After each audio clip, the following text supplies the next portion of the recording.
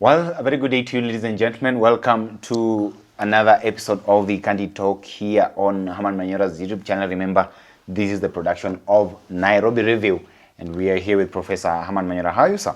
Fine, Kabisa.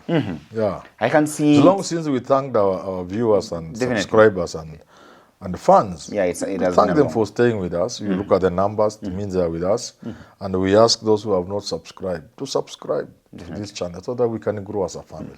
Yeah. Definitely, you've got the chance. If you're watching us for the first time, definitely you can subscribe to our channel here so that we grow as a family. And also, if you feel free to support us, of course, our details are down there, and you can support us at any time. We'll dearly appreciate. Prof, I want us to get into this conversation, and it seems as if the former president Uhuru Kenyatta is going nowhere anytime soon, because it's like he's firmly now in charge of the Jubilee Party after the court returned the party leadership back to him and Jeremiah. You remember the embattled members of parliament back then and the leaders of that party, including the likes of David Murathe.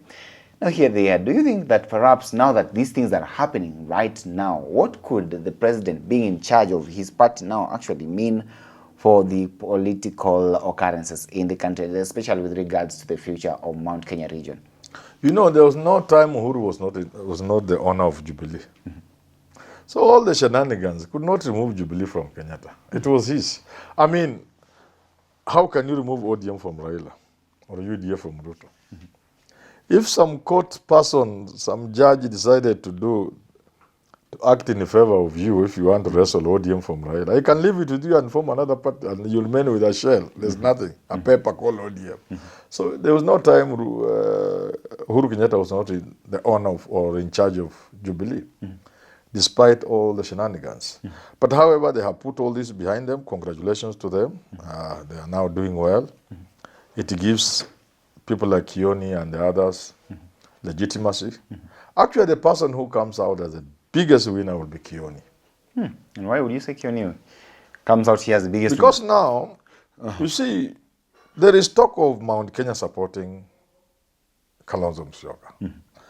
And the Kalonzo Musyoka would need to have people in Mount Kenya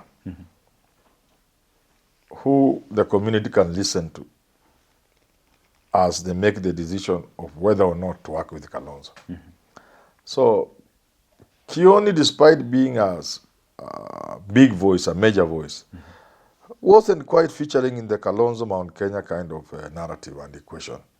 But now that he's firmly in the Secretary General, I think Kalonzo Musyoka will begin doing a lot more with Kioni than before. And for that reason, I think the biggest winner in this determination that gives Jubilee Party back to its owners, in my view, will be Jeremiah Kioni. Do you think some action should have been taken against the ones who illegally took over the party now that it has been registered back to the legal leaders of this particular party? These are just political games. Once you have been told go home, just take a walk and go. It's best to forget, to But there are rumors and allegations that the few minutes they were given the power, they are able to rush to the bank. And that one, if it is true, they must be pursued.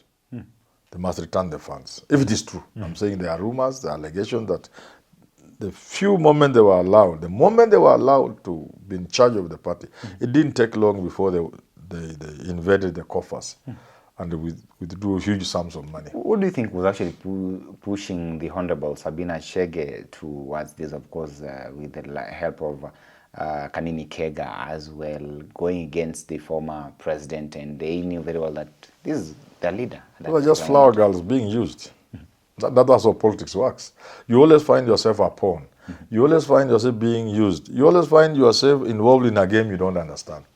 So Sabina Chege and Kieni and whoever else, those are just pawns. In a big game they didn't understand. You can use good English, you can speak very good English. But for those of us who don't know very good English, you just say they were being used. Yeah. There were claims back then of the deputy president perhaps forming a different party. We've had those claims in as much as we've not actually got the gist of it all. But then now that this chance has been brought here, of course, he said very well that he asked for forgiveness from the former president and perhaps mended fences with the Uhuru, rather the Kenyatta family at large. Do you think that perhaps it's high time for the Deputy President Rigathi Gachagua not to wait but shift comes and join Jubilee? And how formidable could actually Jubilee be in the next general elections, if at all that is the right course that I don't think joining Jubilee will be the best action. You need something bigger than that. Okay. I think if they want to be impactful, if they want to be a force to challenge Ruto, it will have to go beyond Gachagua joining Jubilee. It will be like Jubilee, Wiper, DAP of Eugene Wamalwa, and other like former Azimio parties that didn't go with Raila to Kenya Kwanza. If those parties and other like-minded Kenyans and new voices from Gen Z and the rest, if they formed a serious coalition of moving together with the Mount Kenya voice represented by Gachagua and the others like Yoni, being very formidable voices in that coalition, it will be a very powerful tool. Currently, does it stand? Why are you saying bigger than Jubilee? Because I'm wondering, is there... Okay, It shouldn't be. Do you believe Gachagua is too big now to join a Jubilee. You see? Why would you say that? The entry level for Gachagua now must be a higher level. He can go through Jubilee, but at a higher level. In other words, Jubilee is teaming up with Wiper and so on, and perhaps even forming a political party or a coalition of parties similar to Kenya Kwanza, similar to Azimio. Okay. At that time, it will not matter really which would be his entry. He would go into that Okoa movement, whatever it will be called, either as an individual, because individual membership might be allowed by law, I think, I can't remember well, or he could have his own party, or he could go through Jubilee. But the end game, it would be for them to have a rival to Kenya Kwanza and Azimio. Now, let's have this in the first place. Do you believe that the central Kenya right now definitely have a single political party behind which they may rally? They should. It's now ripe. It's ripe for them to... Remember also, part of the tabulation facing Rigathi Gachagua is because they trusted Ruto and they did not put conditions down. Yeah, and actually there was no MOU. Yeah. Mudavadi came with few votes, but he came with an MOU. Much less Mutua. Yet he demanded. He's still a minister cutters of that MOU. What did Kingi bring in terms of votes? So Mount Kenya people brought all the votes, constituting 47% of the votes Ruto got. And yet they had no party of their own, they had no MOU. So the time could now be ripe for the Mount Kenya people. Whichever direction they take, whether they will go it on their own or they'll pair and be with other people in a coalition. Time certainly is ripe for them to have a political party. Whether that political party will be Jubilee or a new party is another story. Okay. Yeah. But so far, if you look at the odds and everything that is actually happening right now, with the former president now being fully in charge of his party, you're saying here that there's no time that he wasn't. But then here it is, between forming a different party through which maybe they may form the so-called coalition, and just making Jubilee get back to where it was back then, which one would be an easier step forward for them? You know, new things are exciting. They capture the moments of the time. All the things like Jubilee come with the baggage. You know, when there was a yellow fever, the yellow wave in Mount Kenya with the UDA, all sort of things were said about Jubilee, just like Kanu. It's very difficult to wash it clean enough to be up to the task of removing Ruto from power. So it can be part of a coalition of parties. So that we have Azimio, which will die as soon as these others leave, and then you will have Kenya Kwanza, and then that one now. So Jubilee would be part of that one. Okay. It could still be formidable, but it will just be part of That. Talk to me about the kind of influence of the yellow fever that you're talking about currently in the mountain region. There is no yellow fever. The mountain has Therefore, in terms of party membership and the leaders therein, do you anticipate some sort of mass exodus of leaders from that particular region from the UDA party? Exodus means people are somewhere and they are living. Where are they living from? They are not in Jubilee anymore. No, I'm talking about UDA. They are not in UDA anymore. Who is So in where are UDA? they? Who is in UDA? All the members of There are very parliament. few. There are very few. They're insignificant. I mean, not all, but then most of the members of parliament from the mountain Kenya region But are you know, when it elected comes under to this, UDA. when this impeachment has brought something to the fore, and that is that we have the leaders, elected leaders, and we have the people.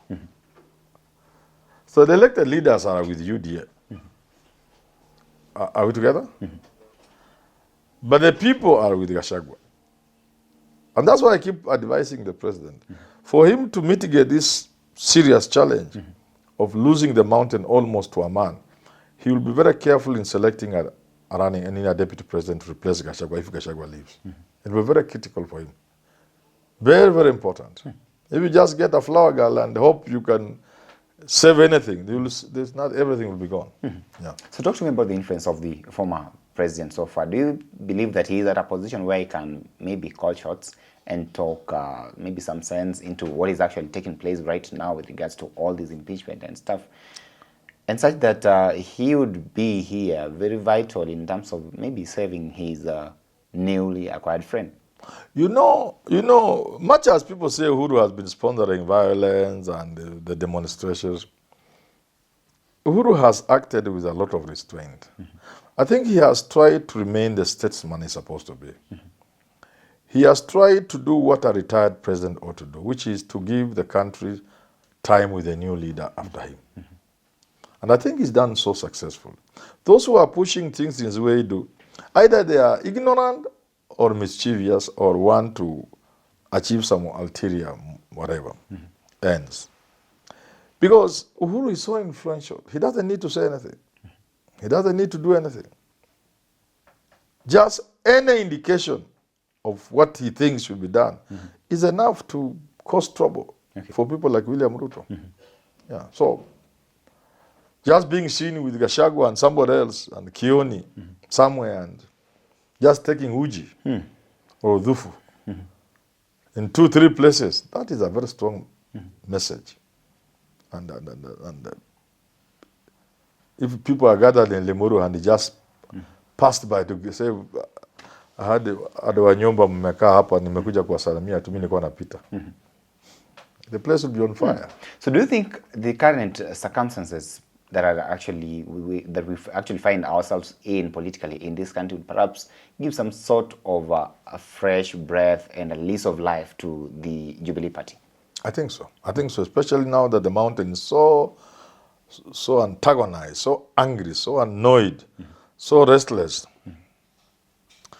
actually rumbling, volcanic. The eruptions on the mountain, should Gachagua be finally removed from office, will be enough to propel Jubilee into outer space. Because it will be the only viable party, unless they are talking of another new party. It will be the most viable party. Okay.